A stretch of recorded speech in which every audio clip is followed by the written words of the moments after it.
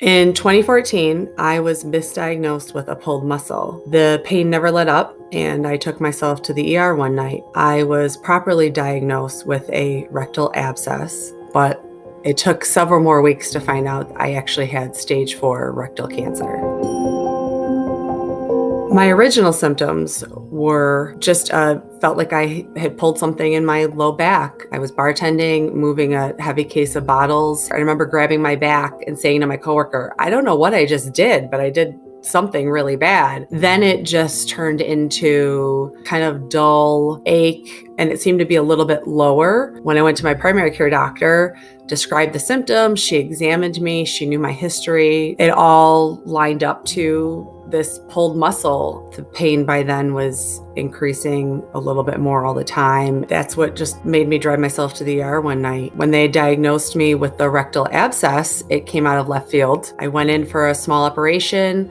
They drained it. I felt a lot better, but then the pain returned, and I found myself having 3 more of those procedures. Late one night after the 4th surgery, the surgeon came in. That's when he told me he had found a tumor.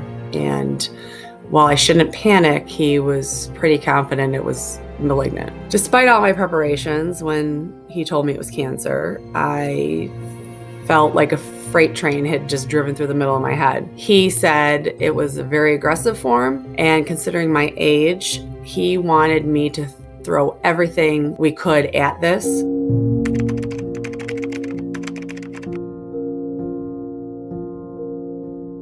I sat there in shock, watching my dad cry, my diagnosing doctor tear up, and eventually the tears started falling down my face. Hearing that you have stage 4 cancer, and that the prognosis you later research is about 2 years.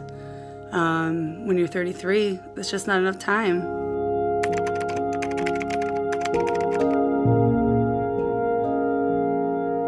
So after some time going to a couple different cities, talking to different doctors and specialists, my main concern was preserving my fertility. And I was really happy to hear that the chemo they wanted to start with was not going to affect my fertility. I ended up doing another form of chemo after a while, and I still tolerated that fairly well. They try to help you manage all these symptoms of your cancer, the symptoms of your treatment, but they told me I would probably get a slight facial rash, and it would look maybe like a little bit of acne, like a high school student. It looked like my whole face had fallen on the surface of the sun. It was uncomfortable, but eventually, with the help of a dermatologist, we found a way to kind of deal with that. It definitely was not fun. It could have been a lot worse. So I've tried to live the best life I can. Suddenly you think about all the things you've done in your life, all the things you've wanted to do in your life, and you just realize that time is fleeting.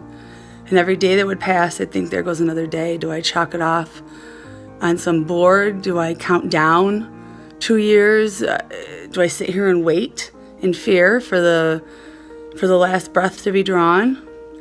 Quickly, I decided no, that wasn't how I was going to live. So I was responding well to the first round of chemo. I saw fertility specialists throughout. We would check my egg levels just to be on the safe side. It didn't shrink my cancer, but it didn't progress my cancer. What robbed me of my fertility was when I unfortunately had to go and get pelvic radiation. It kills everything in its path. Definitely the most upsetting and distressing thing I've had to deal with during cancer. I know fertility doesn't have the same priority or importance for everybody, and I respect that. But for those of us who always saw themselves as being a parent the old-fashioned way, it's a really, really, really tough pill to swallow. I got to a place, they said, with the pelvic radiation. I remember the pelvic radiation doctor being just ecstatic. He said, the tumor had shrunk so much. Surely it would be easy to operate on. I felt really great, wanted to enjoy my life a teeny bit. The surgery date approaches, and he says, let's do a PET scan just to check everything once more. Do the PET scan. He calls me the next day and he says, surgery's off, and I knew something was wrong. I called his office repeatedly trying to get an answer. He was in surgery. They couldn't give me an answer to why the surgery had been canceled. But of course, I'm left to fill in all these blanks in a panic. Finally get a hold of him. And he says, the rectal tumor still looked good. However, now there is a tumor in my liver. I wound up back at the oncologist's office. That's when, the radar started going off. The doctor said, did the surgeon explain to you what's going on? I said, well, I have cancer now in my liver, but it's, not something that can't be treated, and he's consulting with somebody, and hopefully we'll, snip that sucker out and proceed back to the plan. And the oncologist, who's a very kind, sweet man, said, yes, that's true, but you also have tumors now in your lungs. And they said, the tumors in your lungs are small, but this, basically means that your cancer is now definitely not operable. It won't ever be operable. We're just going to treat it. And that's when the cancer went from a very, very, very bad diagnosis to you're probably going to die from this. And we don't know when that's going to be, but pretty much the hope of it being treated was just dashed. And this is going to be a chronic disease for you. You're not dying tomorrow, but you're probably never going to get rid of this. And that was really, really difficult. I felt like I had already gone through a lot. All I wanted was this damn thing out of me. And instead it was just spreading now.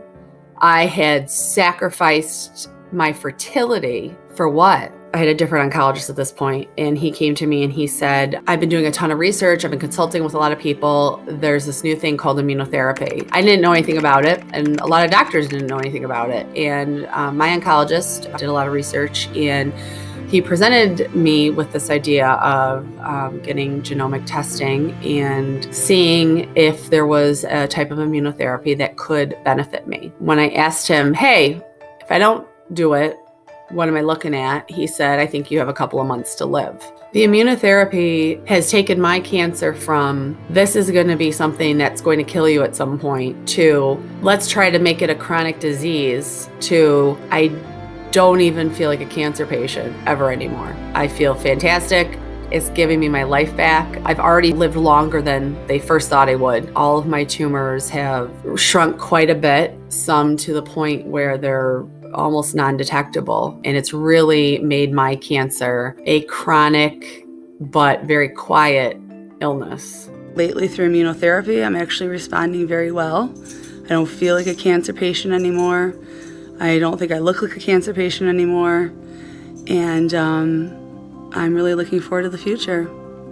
Now, years later, after everything, life just continues to get better. I feel like I've won that tug of war. I have long said, even before cancer, that you know yourself best. If you ever feel like you're being told something and it's just not sitting well with you, there's nothing wrong with getting a second, third, fourth opinion about what's going on in your life and your health. I am a big believer in trusting your gut. If something doesn't feel right, if something doesn't seem to add up, say so. It is a mutual relationship that you share with your doctor. It took me a long time and a lot of suffering to learn that I am my best advocate. I need to work with doctors. They're not talking to me, they're talking with me. A good doctor welcomes a second opinion. A good doctor will give you the names of other people to talk with. That's the sign of a good doctor.